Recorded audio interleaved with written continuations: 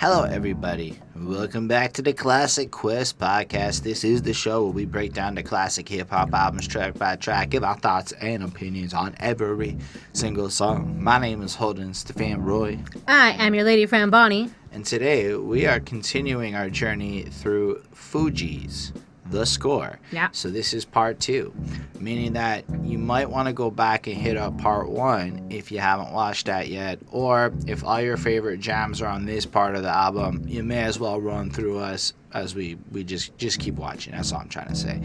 Anyway, we're gonna not waste any real time here, but we do care a lot about your comments, and since part 1 went live, we got 6 lovely comments, and so I'm gonna run them through it because you know what, it's more important that we show love than anything else. You can skip this in the description of the video and see when we talk about it.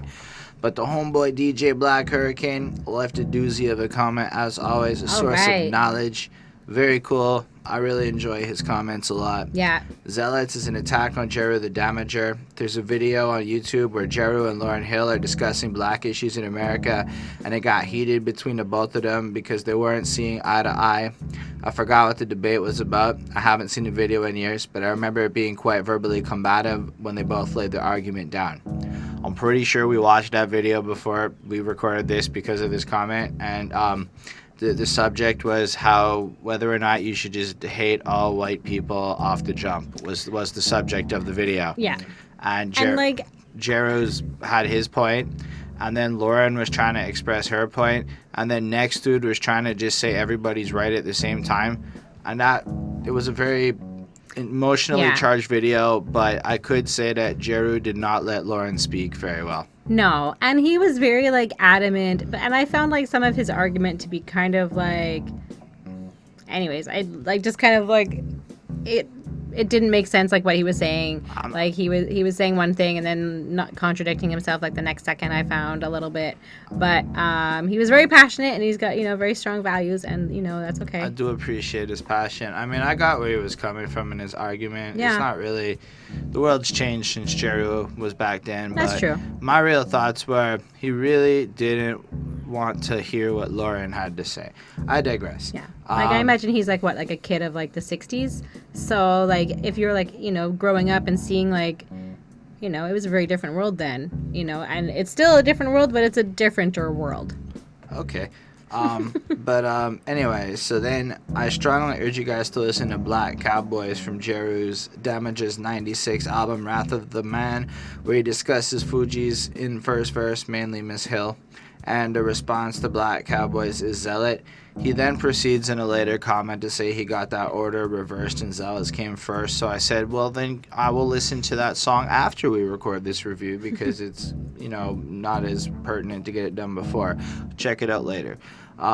If you want the chronological order. Also, as a half Haitian, I find it a little disappointing that you guys don't know about the language of Creole, because apparently Bonnie said I don't know what I said, but I know what Creole is of, the French language they speak, which I know what Creole is. Yes. There's a whole lot of Haitians. Yeah, there's in a lot Montreal. of Haitians here. We all know. Everyone worked with Haitian people. Yes. And everybody heard Creole up in Montreal, and that's most everyone. But yeah, so I don't know any Creole, but I've heard it, and I know what it sounds like. And you can kind of follow it if you're from here, because you do know all the French. And so it's kind of like listening to Jamaican patois in that regard, where you can kind of follow it because you know English. Yeah. Anyway, so yes, we do know about the Creole because it's there. And otherwise known as Ghetto French. Well, since you said it, I completely agree with that description. As my dad would put it, as he is full-blood Haitian. I mean, hearing it's a good way to put it, not to come off. I hope that doesn't offend nobody. It's not my goal here. Favorite track is actually Fuji La off the album. I typically don't like singles, but the drums on that shit were not heavy. It's actually some hardcore shit, which most of the album is quite subdued or mid-energy. Very fair. That's a fair way to look at that beat when you really think about it. And so that's why I like his comments, because they're always fun and informative, and he cares a lot more about the beats than I do. So I always get some good tidbits like, oh, that's a good way to describe a beat in the future. Yeah. Jack that from DJ Black Hurricane. Then Tris 87, Don's classic album. Lauryn Hill, best female lyricist for me. Wish she did more hip hop, and she carried the album. she did. That's truth. He's not lying. That's my opinion. Spoiler alert. Norwal Music, great job as always. I'm just very happy that somebody with like 10 times our sub count is saying cool things about us. Go Norwal Music. You're awesome. The Legend, who I recognize always because of the Yellow Horse. He just stands out to me when I see it in the comments. One of my favorite albums of all time. Never get tired of listening to this one. By the way, I love hearing you guys' perspective on classic hip-hop albums, even if I disagree. Don't listen to the haters, man. And that's in regards to the comment we put up last time. To be fair, I just thought it was funny that the guy was like, nobody cares. And then the next guy's like, I care. The internet cracks me the fuck up. That's we're just going to keep doing what we do, so. And then Praz was always the weakest link in my opinion as well, but I feel like he complimented Lauren and Wyclef well. Fair said. Yeah. Lindell Williams complimented my Seal impression because it's a good song. In case you were wondering, it's la da da da da da da da da. That was my Seal impression. Just in case you missed it last time. These first reviewed songs are pretty much like the album openers. It kind of get you in the mood for what the album is conveying. I would say so far so good. I always consider Lauren to be a high-grade lyricist, even though she originally started as a singer, and great insight so far. And yes, Lindell, I watched a video where she gets booed. That's right. At the Apollo in 87, Lauryn Hill goes up at 13 years old for an open mic night, and they boo her at first, and then they cheer for her by the end of the song. Good.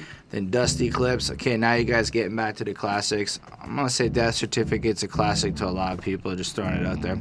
Rats Castle on Nice, DJ Quick, Rhythmalism. If I were to do a search in the comments for DJ Quick, Rhythmalism, Dusty Clips here might have like 25 freaking comments related to it, so it'll come soon. Very you soon. Show that kind of love. If you help our channel by commenting on like every freaking video, that helps us, so maybe you get your wish. Follow the path of Dusty Clips. Be persistent. And so that was all the comments. That probably took a while. And to those of you who don't think it was that interesting, that's fine. But I bet those 6 people thought that was amazing. So maybe if you comment too, you get to think it's amazing. Anyway, we care a lot. I'll answer everybody. Honestly, your comment sections helped us grow so we don't completely suck at this. You know who else helps us not suck at this? The patrons. A special thanks to the patrons. Ismail Gadamsi, Chris Prater, Jonathan Barnes, DJ Black, Hurricane, Linda Williams. Talk a bit about that at the end. And now, why don't we get into it today? This is an album review that we're going to be talking about, because the truth is, when you hear Lauren's voice, it's like it's killing me softly. That's right.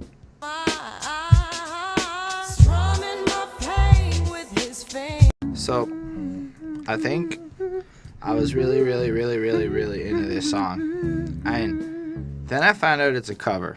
So for those out there, I think it's an amazing cover. I think this cover of Killing Me Softly may be one of the most beautiful pieces of music crafted together. Yeah. But knowing it's a cover instantly makes it a little bit less cool to me. Just in terms of, because I always thought this was like their jam, right? And I always thought this was like their thing. I never knew that this song was written by Lori Lieberman and made famous by Roberta Flack, and everybody. I knew that. So like the fact is, it's like a cover of a cover, right? Mm-hmm. And so it's like a third tier down cover, which is fine. I'm not. But even, it's like a new. It comes out like every generation or so, you know, like every like 20, 30 and years. That's totally cool, but there is a big part of me that was just kind of disappointed because it's not the only cover on this album. That's true. You know, like, and that's kind of like, I'm not against covers, but it's a weird move, in my opinion, to have. I don't know. To me, like, what are your thoughts on that? Like, do you think covers are like acceptable, like on albums? And especially something that's regarded as like a classic or whatever. Now, again, the quality of this cover, I cannot express enough how amazing this song is. However, do you guys think that being a cover impacts its, like, I guess, credibility in any way, or at least its cool points or something? Like, don't get me wrong, like punk rockline and such, like, there's tons of covers I like, but at the end of the day, it's not like I'm giving these bands gimmies. It's like you don't give these bands like full points. You give them like the 80% because it's so cool. But ultimately, we know that they didn't write the song. They just put a twist. But what about like somebody who uses like a ghostwriter or something? Like that's like the same thing, essentially. I guess, but I mean, I'm not actually disagreeing with you. I do think in my heart and soul that like it does take away points to find out that Macklemore has 11 songwriters on his last single. Maybe whatever, but like I don't know. There's a part of my soul that just respects it more when it's your original creation. Be that as it may, this might be one of the nicest covers. Like I think Marilyn Manson does covers like nobody's business. Yep. Still, it's usually like one an album. One an album's okay. Disturbed, I'll have a cover on an album. Yeah. Their cover of The Sound of Silence is freaking gorgeous. I mean, it's not better than the original, but it's still gorgeous. On that note, like, I guess it's like a twist on a remix, and I don't want to like imply that they didn't take that song because I listened to the Roberta Flack version, which is pretty good actually. Like it was really nice. Is it Flack or Fleck? Flack. Okay. Flack. Okay. But it really is like the same melody, and it's like strum in my pain. But instead of having that soulful, slowed down, it's got more of that old timey, upbeat, like 50s rock kind of feel going on to it. Yeah. And it's a great track. And then you have all the ad libs where like they come in, yo, this is Wycliffe, refugee camp, But then like getting into so it still feels like their music. Yeah, and then apparently this was just kind of like at the end of the album recording session, they kind of wanted like one more, to get done, and then Praz was like, why don't we do a cover of Killing Me Softly? And then everyone's like, that's too soft, and this is all because of Genius. Genius has some good freaking little tidbits like this. Shout out Genius.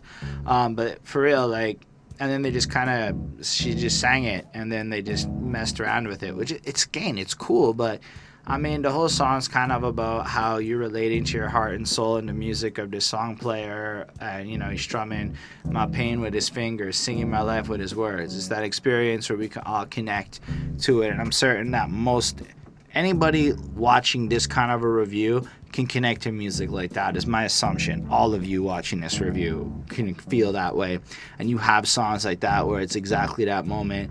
And in this song, she kind of walks in and sees a stranger playing, and she kind of gets enthralled with it, and then she feels a little embarrassed by it. It almost felt like it was written directly for her, and then she just sings it. But I can tell you one thing, since I'm a freaking kid, I can have that one time, two times, like that part of the song stuck in my head for like 20 years, not even lying, like, because it's just Really? It was all over the radio. Yeah, and really like you could not escape it, and it was a really good song, plus it's super kid friendly, all things considered.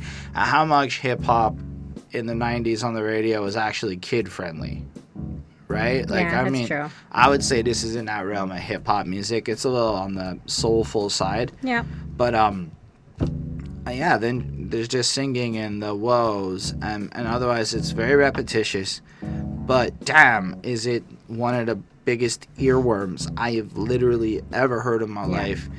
It is an intoxicatingly beautiful song. The way Lauren sings it is great. I'm not 100% sold on Wyclef. I feel like he kind of goes a little far with his ad-libs in it, and I would maybe rather a little bit less of that and the little bridgy things. That's just my 2 cents. Okay. But I love the beat, and I more or less think the song is great, but I gave it a 4.5 on 5. Okay. So yeah, I mean, this is definitely like another like epic song off of the score. Like, this is just so good. And honestly, like, I'm like okay with like the cover because it brings this to, like, and like I said before, like a new generation, and she did like an amazing job, and I'm sure she did like an honor to the original, and I'm sure whoever is in charge, or if like Roberta Flack was or is still alive, I don't know, or was, I'm sure she like enjoyed it, and it's very nice. So she didn't like ruin the song or anything. And like Lauren's voice is just so powerful and like infectious, and like it just like emits like so much emotion and power in like such like a soulful way, like while still being like so cool at the same time. Like, there's just so much like involved with like just like the way that she sounds and the way that like everything that comes out of her mouth, like you feel it, you know, it's just really cool. She's just amazing like that.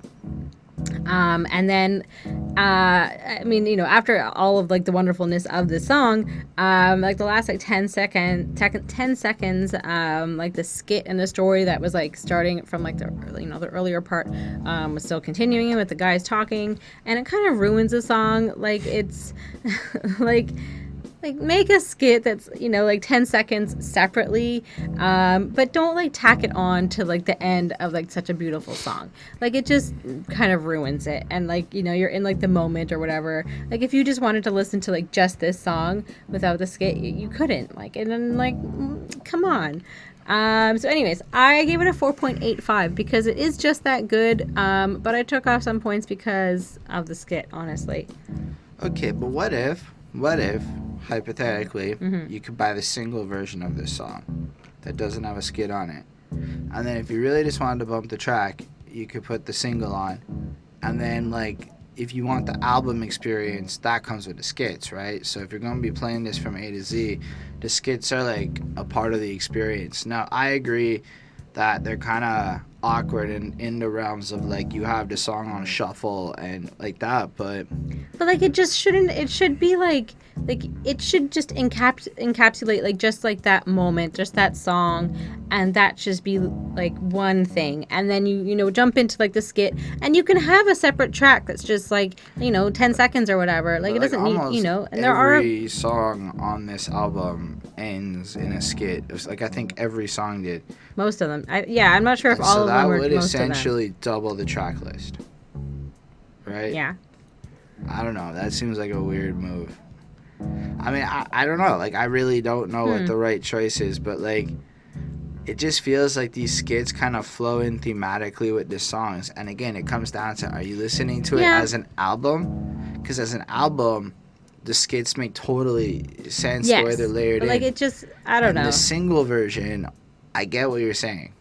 And like, I mean, we have listened to albums that have done it either way. Like there has been some who tack them, you know, kind of tack it on at the end, and there have been some that separate them. And yes, their track listing is, you know, double, you know, or like, you know, there's more of them. Not that many of them have the skit on every single song like this. And Miseducation was another album actually. Off the top of my head, I can think of 2 albums. I can think of Ludacris. Where was every song that had a skit? Pretty much. Okay. And just because I owned it and I'm a girl, Destiny's Child, the one with Say My Name, that one, like where they're like all like. But what I'm orange. saying is, we've reviewed how many albums, and we are only thinking of 2 that has it on every song. I think that goes to the point. Well, just like off the top of my head, but I'm, you know, so but also not how many of them have skits. Not every rap album. But if it's only got skit. Like 3 or 4 skits, then okay, fine, you put your skits as the songs. But then it would just like, I don't know. I wonder if like that was an issue of how many tracks could be on the CD, or because I don't think that was really an issue, but maybe the 2 seconds. And I guess you couldn't do it them, on like a record, like you know, like a 10-second. I don't know. I feel like I think even to just go around the thing, like I don't know how long it takes for DJ Black Hurricane. How long does it take for one spin on a record? But I guess it would be. I mean, some of them are bigger and some of them are smaller. So I don't know why it wouldn't work, but I just think there might be some reason. But still, I don't think there's that many albums where ultimately the end of every song ends up having a skit like that. I mean, there's probably a lot, but relatively speaking, most albums don't do that. They just have a few skits in the middle. On the subject of skits, most of them don't enhance the album, in my opinion. Sometimes they enhance the album. Most of the time, I don't know. I don't know. I put skits on my EP. I don't even like the freaking skits. I don't know. All right, well, let's check out the score.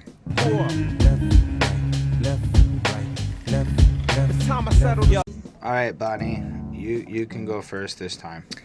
I mean, I thought this one was pretty cool. It's kind of like a soldier's march. Like there's like that kind of like beat kind of, and like he's kind of like saying it.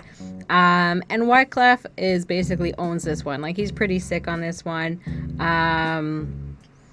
and about how he brings something new and fresh to the game, and everybody else is jealous, and they can't compete with him. And he's a man of many talents, which he's, now that he's older and we can kind of see like what he's done, like he really is. And I like the mix in of like Eric B and Rakim. I always enjoy that. Praz has a lot of references to like other artists on here, so I thought that was interesting, like little like things that he was saying about everybody. And mostly I found like the beat to be super hypnotic. Like it is just like really like you just kind of like get sucked into it. And it's really cool. I really liked it. When we have Diamond D on this one. Yep. So yeah, but I mean I don't really have too much to say about him. He's fantastic. Yeah, I mean he's good. Like yeah, definitely not a bad guy. Not like Billie Eilish. I like Billie Eilish. She's a bad guy. I'm just saying. Oh, I get it. Durr. So the song, yeah, the song I get part. your dad too. Very clever. So anyways, the song was cool. And then there was the skit at the end. The same characters, and then a guy calling over like a girl to verify if she had sex with like a friend of theirs or something. And she says no, she denies it. And then apparently it's another girl with the same name. Or something. Yeah, but from the same project, from the same block, from the same hood. No, it's not that one. It's like the friend. Mm-hmm. That's who I slept with. You don't know the one with the exact same name in it. That was how the skit went. Yeah. Anyways, I give it a 4.5 on 5. It's cool. See, I feel like the skits have like a degree of like context setting for the environment that they're surrounded by. They give you this little sample of more of the real life of where they come from, which is super cool. It's like listening to like, or I feel like there's like a local newspaper here that I have to like, I read sometimes, and like they put in like random quotes people have heard like walking on the streets and stuff like that, and so it's kind of like that, I think, is what this is. Well, I mean, I do feel like, I don't know, like it adds to the mood of the album. I honestly, like, even when I'm doing the reviews, half the time the skits start and I'm just start drifting off, and like it's super hard for me to listen to like half the time I put effort into like the actual songs. Yeah. But this one kind of starts out, and I like the fact that it's like you look at the hook and it's time to settle the score. I feel like that's what they came in to do. This is more on the end of I'm gonna murk you because I'm a powerful rapper and our stuff is really cool. And I agree that Wyclef really stepped up to the plate with this. His flows, I really like the way he starts it. Looking to the rhyme, rum to the rip, ripple, single, but at times I come in triple. Blow, blow, put the hater to their head. Now you're dead, Wyclef. Don't give up if you're dead. Yeah, he doesn't even say it. He says like, whoof, or whatever. Rah, rah, let me attack just like the black cat. And what I really like about it is just how dynamic and like alive he sounds in it. It's like, I don't know. I feel like for the most part, Wyclef has been super consistent on this album and really good. But here he just seems to have taken it to like a level above what he was doing on most of the other songs. Not to say he wasn't cool, but it's like we've come a long way from lines about your poop being constipated and that was why you were good. Because now you're like blasting people and turning into like a black cat, like an animorph with your super animal changing abilities. Anyway, you end up around there, but check them out. You got to go for backup, do what you got to do so you'll be back with France CU. I don't know, it just flows nice. It just sounds real cool to me. And I feel like the energy is good. And then it flows into the chorus, and he comes back in, and he almost like finishes his verse, throws in that come on, check out my melody sample, which is real cool. Yeah. And then Praz comes in. I thought it was cool that Praz made it to like the middle of a song, right? He like moved up. Because like he's basically been on the last verse of every song he's featured on for like pretty much the whole album. Maybe not Family Business because it brought in some friends, but anything else, he's been the last verse. So it's pretty cool. And then I also really like that he made a freaking Cyndi Lauper reference. And he literally just goes time after time, ask Cyndi Lauper, and then you hear the time after time in the background. Great song. And it is a great song. And it's just cool to see how like open-minded they are with their experiences, right? Like, I think it's interesting that they're not just gonna limit it to like this genre or that genre. It's cool. It's more like, yo, I listen to anything. It's kind of the sense that you get from it. I like when he goes like utensil, false identical. I autograph my lyrics with a number 2 pencil. It's just kind of had a fun little bit to it. You know, just picture him sitting there. But you also get the sense that, again, Praz just doesn't have the same level of energy that the other two have. And you really notice that when he's sandwiched in between Lauren and Wyclef. And maybe that's why he ends up at the end a lot. Because in this case, Lauren comes in and murks the whole song, takes first place, and just destroys everybody again because she's so freaking talented. On the L, won't you pull it straight to the head with the speed of a bullet, cutting off the meeky freaky gullet. Just the rhymes, the way she flows it, the energy to it. Lyrical sedative, keep meditative head rushes. I get to create a kids and fiends dreams of euphoria, aurora to another galaxy.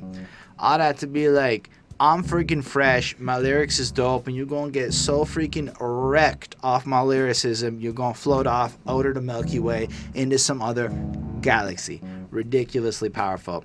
Phallic, CB this microphone but get lifted. It's true. Mics look like dicks. That's what she's saying. Because they do. Yeah. And then either way. I really dig it. I think she kills it. She really proves again that it's not just what she's saying. It's the suave, cold, I just don't care what you think attitude that she has as she delivers every lyric that I believe sells the influence of it. Then Diamond D comes in. I'll be honest, he's a little bit on the slower side, and maybe he's not cool, but he's, if I'm not mistaken, mostly a producer who raps, not a rapper or whatever. So that's, to me, totally fine. I think he floats in proper. And let's be real, and start flicking like dandruff might be up there with one of the best dad joke bars we've gotten on this album. So it's right up there with the constipation bar from Wyclef. But it's cool, man. I thought it was pretty good. Anyway, he rhymed man riff with dandruff. It's amazing sometimes. And I'm not trying to make fun. I genuinely enjoyed that. I think the beat on this song is really eerie, cool, kind of flows in, and you just know that the Fugees is coming for you when you hear this one, and they are going to in fact settle the score. So I gave this track a 4.5 on 5. And yeah, so Future took The Mask and he went, mask off, fuck it, mask off, woo! Bumped into feds, I got kidnapped, they took me to DC, had me working under. All right, Bonnie, what do you think about The Mask? Have you ever worn a mask? Yes. And I think like that's kind of what he's asking. Like, and I think we all have. We've all have worn different masks at different times and different whatever. And Wyclef starts off telling a story about a kid working at a fast food joint, basically. And the manager says he's a good worker and offers him a raise, but he has to spy on his coworkers and rat them out. And he's like, hell no, and then pistol whips him. And then gets like caught by the FBI, and then he had to go work underground building weapons for the next year, for the next war. And I thought that was like a random weird twist. And they're all hiding their true identity, and then Lauren tells us about how being out dancing, and then there was some guy that tried to touch on her, and it sounds like he was like forcing her to bend over, so like maybe like he could like grind into her or something, and she wasn't having it at all, and so she slapped him, but then she realizes that she knows the guy, and then he keeps following her around and tries to get sexual with her, and then she sees his wife and she tells him, basically, be like, your man is like acting out, like you should check him. And like, she's kind of like put him in his place. And well, the lady was getting mad at Lauren like she was the instigator, and then she's like, your man's a dick. Yeah. So yeah, and then Praz comes in, at the end as he usually does, and raps about this one time when he got busted by an undercover cop, and then a kid asks him if he shot him, and he says no, and then real life isn't necessarily what you hear in rap songs. So like that's kind of like what I got out of that. And he's just trying not to get killed, and so he's like trying not to get involved in like all that violence and everything, because that's just not what he's trying to do. He's just trying to stay alive. He doesn't want to do any of that stuff. So he's actually a good guy. So it's good to hear all of that. I like this one, and they all have like kind of like good like little random stories. So I give it a 4.35 just because I didn't really like the beat of it too much. Like I found it kind of boring, but the stories were interesting. So when I picture this song, I picture Lauren and like the recording process. Mm-hmm. Lauren does her verses proper. Wycliffe does his verses proper. Praz has a freaking blunt. It's this big, and he's just going between like every freaking line, because if you really listen, he has like this sound like every breath at first. I'm like, is that what that is? Okay. I don't actually know that it's him hitting a blunt, but to me it sounds like he's hitting the blunt like literally between. I mean, it doesn't make sense, or maybe he had just hit the blunt and he was having a little bit of difficulty breathing as he was recording his verse. Either way, I just had to point that out because it was the most noticeable thing on the song. But otherwise, I thought it was really cool. Like, I think one of my favorite lines was, I used to work at Burger King and King taking orders. And I'm just like thinking about it, right? So it's the subservient nature of that kind of job and how people are treated and how the managers tend to treat the employees, and all of it is just really dehumanizing to go through the service industry like that. And the truth is, a king being a black person taking orders, that's like an ironic situation. But when you work for the Burger King, it's kind of what ends up happening. Punching my clock. Now I'm wanted by the manager. You're a good, soaping me up. He says, you a good worker. How would you like more money? A quarter raise. Move out the register. But you got to be my spy. Come back and tell me who's bagging my fries and getting high on company time. So you can have pennies more, literally. Like, I suppose once upon a time, I thought a 25 cents an hour raise was good. That would make me cry if that's what I got as a raise today. Like, I would cry at something that small. And it's like, it's not even a real bribe. It's like an insulting thing. Oh, you can have this promotion as long as you snitch. And then he says, no, that's not what's going to happen. And then, why should I be a spy when you spy me and you see what you thought you never seen? You missed your last move, checkmate, crown me king. And pulls out a gun. Then he gets fired. And then he hits the streets and gets arrested and put underground. So it does take a bit of a twist. But I like the metaphor, the idea that when you do get clipped by the police, you're essentially being funneled into a system where you could end up probably at a prison, maybe somewhere there are people working for defense contracts at ridiculously cheap prices so the government can do this, that, or the next thing or whatever. You don't even know what you might end up having to do in that environment, and it's pretty whack the way that whole system works. And then I like how Lauren took it and brought it to more of like something I think pretty much any woman can relate to. I mean, I'm pretty sure every woman knows what it's like to go out to the club and then have some guy try to get up on your hips and disrespect you, and then you smack him. I remember being at a club once when like I was like dancing on the dance floor or whatever, and like some guy comes up to me, starts dancing with me, and then sticks his tongue like in my ear, and I was like, ah! I'm like, nope. Like, you can't just do that to some random person, like a minute in. And again, Lauren has the swag and the delivery of her voice. It's cool, calm like a cucumber.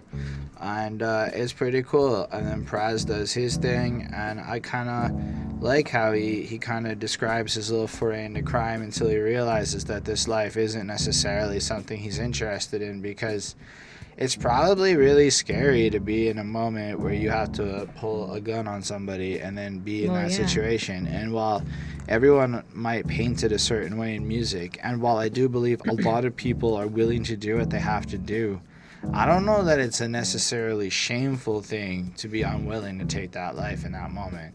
I can understand how it might be foolish depending on your circumstances and how the wise move is to do that, but it's got to be a very intimidating thing is what I can imagine from the situation. Yeah. Either way, I really appreciated the messaging of the song, and I think something the Fugees definitely try to establish throughout this album early on is that vapid hip hop is not interesting to them, and so they are trying to do their best to live up to creating substance, whether it be through amazing covers, because yes, it is an amazing cover, and the way they metamorphose that, or to put storytelling in this way to make it real interesting. I also like the hook. I think it's pretty like fun to listen to. It's not like fun, but like it's got like a good hooky feel to it and really ties the song together, and the way they just kind of jump around on who does the hook is nice. Anyway, I gave this song another 4.5 because I really think that like it's a high quality experience. And anyway, ever since Lil Nas X dropped out, I've been trying to think about myself as a cowboy, because I'm gonna take my horse to the Old Town Road. You say Hotel Road? No, Old Town Road. Cowboys. Boys, ole, 45 by my side, do he live? So, apparently, the Outsidaz had D12 in it, and the Outsidaz is featured on here. Now, D12 wasn't featured on here, but D12 was part of the Outsidaz collective at a certain point, and I thought that was crazy. I went down a real rabbit hole of Wikipedia pages when I saw that, and because Outsidaz is a whole bunch of different rappers, including Raw Digga and a couple of others, and that's why there's so many people on this track. Like, Pace One is from them, and I gotta say, I like this one. This is one of those posse cuts where you're like, what the fuck? Why is everything sounding perfect? Like, it doesn't make sense how good it sounds. You know what I think it really is? That instead of making it like 8 mini verses of everybody doing their thing and you're like person after person after nah, it's this back and forth shit where like Pace One and Wyclef are like cutting each other off and doing lines together. Like, it's really hype. It's really fun to listen to, like right off the jump, like just zen zen zen zen zen or whatever, which is probably from the Planet Rock thing, the zoo zoo zoo zoo zoo thing, whatever. You shot your bullet, but the bullet went. Desperado, new word for rude boy. I pull my gun out and plug two like Chug Trugoy, Wyclef, Pace One. Yo, this how the West was won. Armado, a true desperado. And I don't remember who it was. Maybe it was Philly D or somebody. But somebody put out a video about black cowboys and the history there, and it blew my mind how much cool culture does not get talked about in the world. Anyway, so they go back and forth like that, and like really just come out like these freaking desperado cowboy types in a verse. There's this flossy attitude to it. The beat's got these twangy guitars going on. You got lyrics like on some villain shit, wearing a mask like Jim Carrey. That movie, is that good? Was The Mask really good? Or is it one of those ones? At the time, it was pretty good. Like, or is I remember. It like one of those ones where if I watch it today, I'm gonna go, oh, I don't know. I haven't boy. watched it since well, I mean, I remember it being like pretty decent. Like, and it was pretty popular. Everybody was watching it. Yeah. So it's pretty good song. And I believe this is the one that pissed off Tupac. I don't really know why it pissed off Tupac. If I'm wrong, the Wyclef verse on a song sparked a feud with Tupac, who took it as a personal affront, which led to a response when we rat on our enemies. So I don't know what part of that verse pissed off Tupac, but if you guys in the comments can let me know, that would be super cool. But I like the hook, man. Everyone wants to be a cowboy. Grab your buttons, boy. 45 by my side. Do we live? No. The die.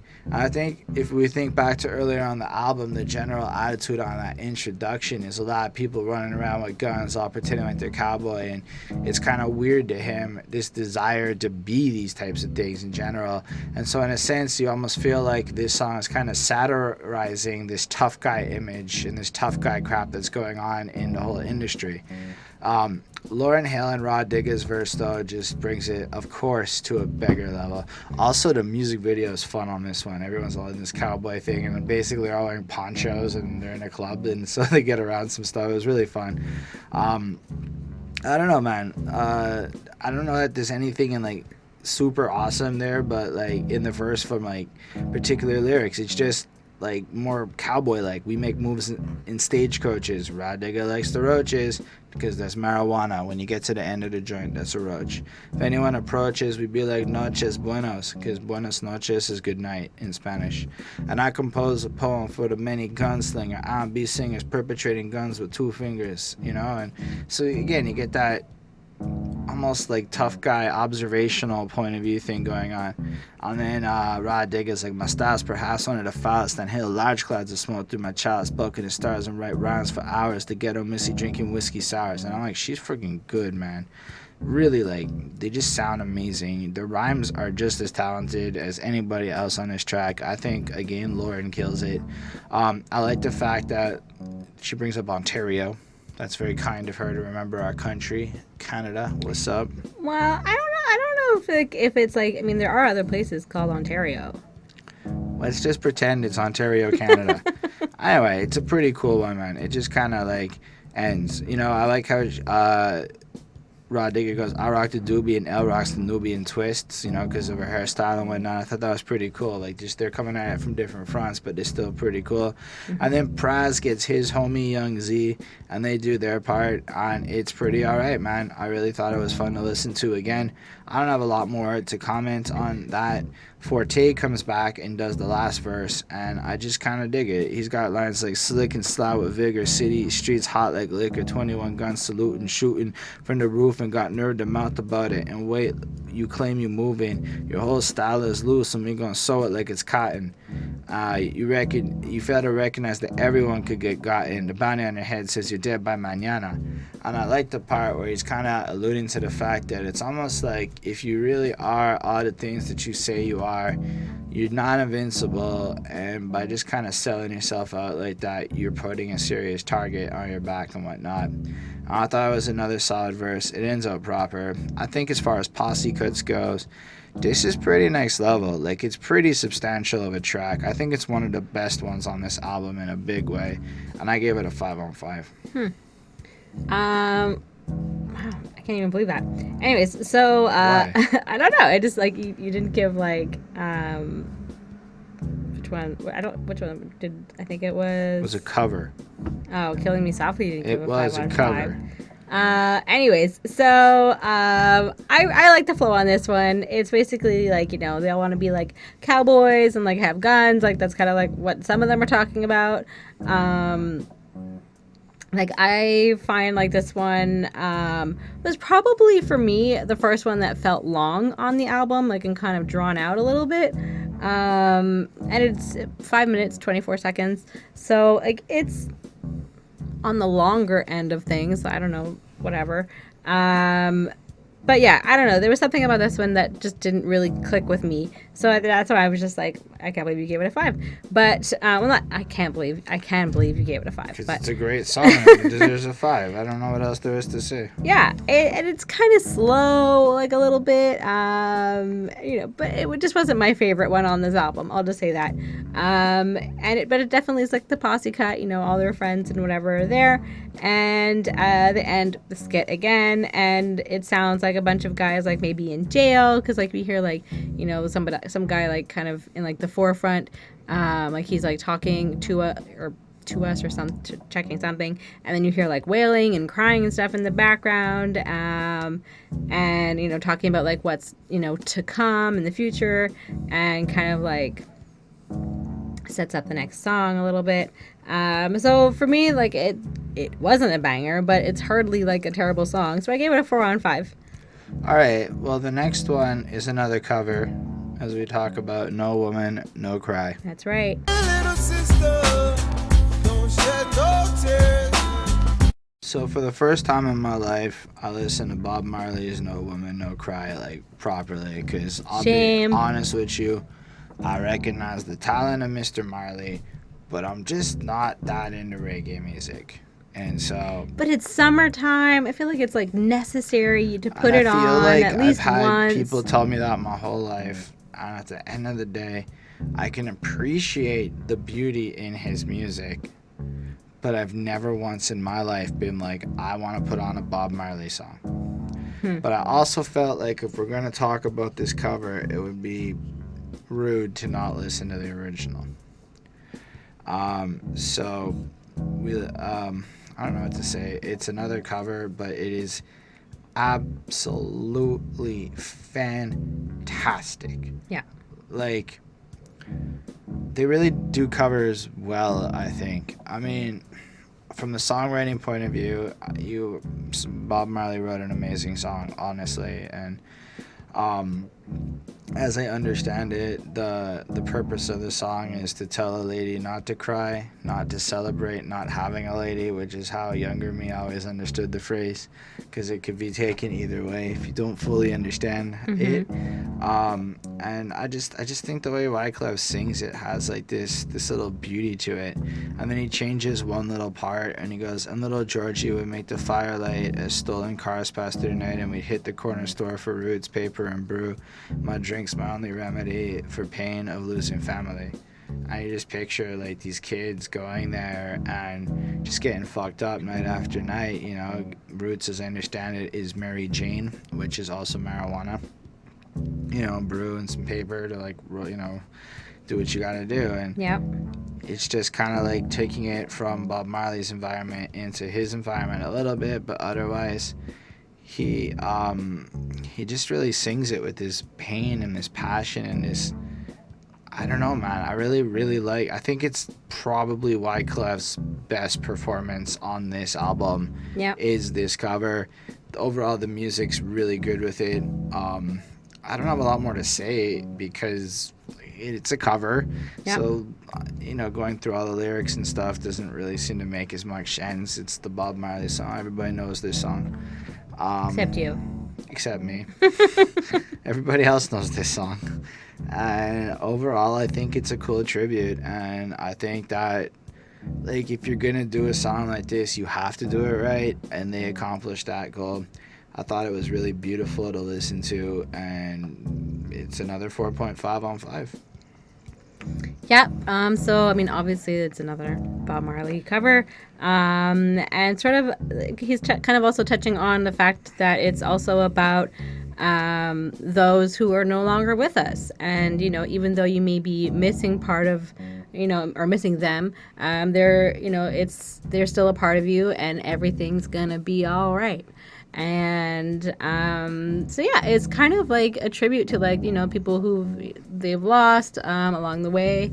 I feel like I'm just reiterating the lyrics here, but that's what it is. And they definitely bring a lot of feelings to it, a lot of emotions. It's very emotionally powerful and charged, and it's very lovely and beautiful. And yeah, definitely Wyclef does a great job. So I gave it a 4.75 on 5. Yeah, I mean, that's about it. The next one is an original track. It's called Manifest, and then it's also the outro. Yeah. Nothing left. He stole the heart beating from my chest. I tried to call the cops. That type of thief they can't arrest. All right, manifest. It's an adjective, clear or obvious to the eye or mind. It's also a verb, display or show a quality or feeling by one's action or appearance, demonstrate. So this song is almost like a mantra to bring to light things, the obvious of the world. It's pretty good. What do you think of this song?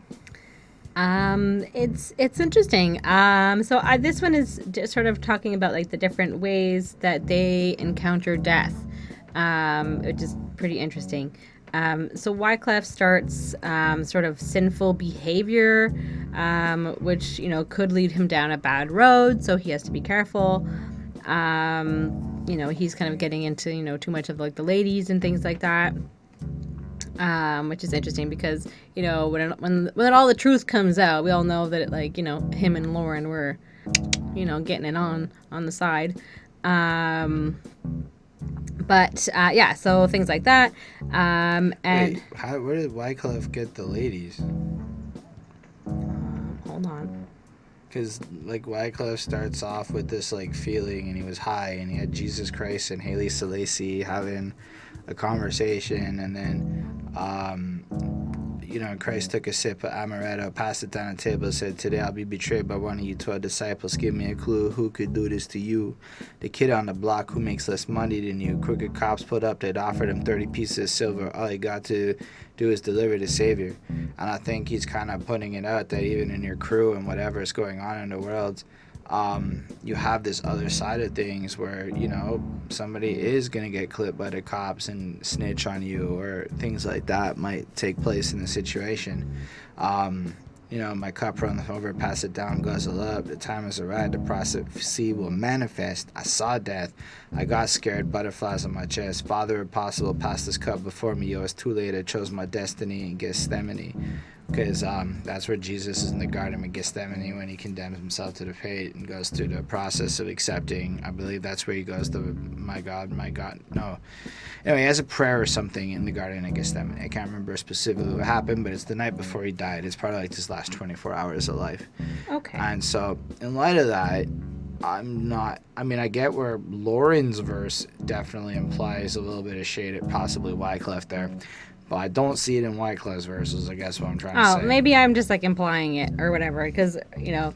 Because he is talking about, the things, sinful behavior and, doing drugs a little bit because he's high, right? That's what he's talking about, the most high, I think, a little bit. And he's talking about being a Rastafari. It might be, but it could also be, a spiritual high. Absolutely. Because, that's, the main... Jesus Christ. I don't know. Maybe I'm just, Haile Selassie. I'm reading into it. Okay. So, Lauren comes in and she's talking about, being in an abusive relationship and how she's even contemplated suicide, because she's kind of lost her sense of self-worth, I guess. And she's kind of don't ever let a man take this away from you. You care about yourself. So it, that's kind of interesting. And I think that that's something that is a strong message for a woman to be able to say something like that. And also the guitar is super interesting, how it plays. And then Praz just kind of comes in and he's just talking about his amazing lyrics and rap skills and everything, and that's pretty much it. And it has a cool beat.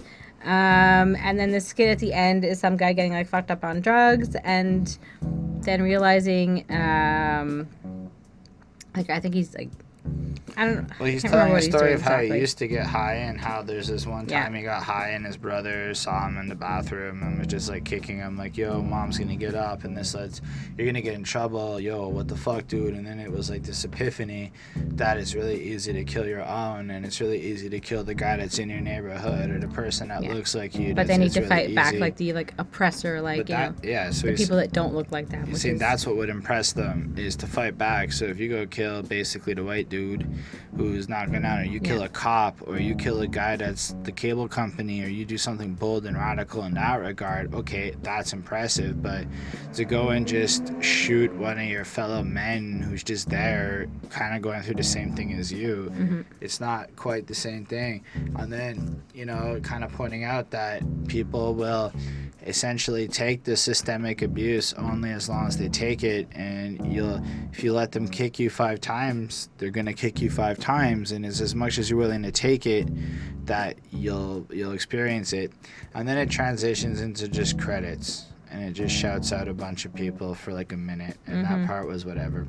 But I don't know. I really like this. It sounds to me in hindsight knowledge that Lauren's just kind of talking a little bit about Wyclef there, but it's a really good verse. It's really powerful, and it's just kind of how the truth ultimately is.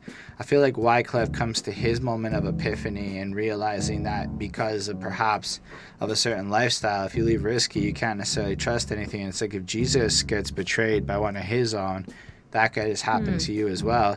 Lauren has her verse where, in a sense, she's getting betrayed by one of her own or whatever, and the truth of the situation comes to light where she needs to have her self-worth and she shouldn't let a man have that kind of control over her. And then Praz has good lyrics. That's when he gets them. I don't 100% get how Praz's verse fits thematically into this song, because it really just is kind of I have good lyrics, unless it's the gun part, because it does kind of reference guns at the beginning, gun clap, shell cap, got in a crawl on my back, and then later on, some manifest with slugs in their chest, God bless all the cowboys in the Wild Wild West. So I guess there's some kind of truth in the gun violence, but really his verse just seems to be on the shit. Yep. I do really like this song also. I think it maintains the same consistency as the rest of the album. The guitars, the beat, this might be my favorite beat on the album for real. Just the way it comes off, it's so well put together. I thought it was fresh as fuck, and I gave it a 5 on 5 this outro. Okay, Wow. I gave it a 5 on 5 for the manifest part. On the real, I would never listen to that outro credit crap again for the rest of my life, but the rest of the song is pretty dope. All right. I mean, I kind of thought it was a weird sort of ending, but I mean, it's interesting, and I did like the beat. I thought it was cool, but I gave it a 4.25. I mean, it was fine. All right. I was expecting to keep going, and you just stopped. But I know, I already talked about it. as we'll find out at the end of the boring outro thing, Wyclef Jean had his little bonus track that he wanted to tell us and sing for us, and that made it there. So I thought it would be pretty cool if we could also talk about Mista Mista. Whoops. And fucked up drug. You know you need to fucking leave alone, but you keep. Given the length of his part 2 and the length of the part 1, I feel like we totally cut it at the wrong part of the album, and it is lopsided part 2 review here, because I'm pretty sure that part 1 over here is like almost 2 hours, and this one we're not even at an hour of talking before editing it. Whoops, we'll do better. So this is I like the fact that it's a bonus little extra song, because it really feels like that. But it also feels like Wyclef was feeling a little frustrated with homeless people begging for some money, knowing they're just going to shoot up and shit. And the way he just sings it, he's got this little guitar, like he himself is the homeless guy singing, is the way this song comes off. Just like, Mista Mista, can I get $5 so I can get something to eat? And then, typical start. You're expecting, yeah, okay, Wyclef has a heart and so he's going to donate, whatever. Hell no, motherfucker. You can't get no money from me, because every time I give you $1, you go get shot up with more and more needles. And then tell me you're drug-free. And then that's an interesting point. That is definitely something that happens in Montreal. There are certain areas. Oh, I think it happens everywhere. Wherever there's people. Wherever there's homeless people in bigger metropolis cities, I think this is a more prevalent thing. Like, I don't know if it happens in everywhere. Anywhere that homeless people congregate, I think this is a real thing. I think there's homeless people in every city. I don't know, like your small town, like where you come from, have homeless people. No, I said city. I didn't That's say what I little meant, like- rinky-dink country town. Well, either way, so Because they'll just take you in and make you work on the farm. yeah. You're not allowed being homeless. So anyway, then he just kind of points out people will lie and say whatever to get money. Again, it's prevalent. We've all seen these people, I assume. And then he just kind of points out you're just fucked up off the drugs. And then I like when he goes, can I get a quarter? Hell no, motherfucker. What can a quarter get you? Nothing, motherfucker. And I just thought that was hilarious, because, Wyclef's a little bit right and a little bit wrong here. He's a little bit right because individually one quarter could not get you much. But I remember this dude telling me how back when he was a teenager, back when the payphones actually cost 25 cents, because for us they cost more than that now. It's like 50 cents or whatever. But they would just spend like an hour going through a parking lot in front of a mall asking for quarters. They'd end up with like $30, and they would go get Pizza Hut. So Wyclef, that's what a quarter can get you. A quarter times 60 is a decent, I don't know, it's like, it's some money there, It's going to get you some pizza or whatever. Yep. And then he kind of points out you're free, and because you're a fiend and you're not drug free or whatever, you can't get no money out of me, motherfucker. I like it. I thought it had some charm.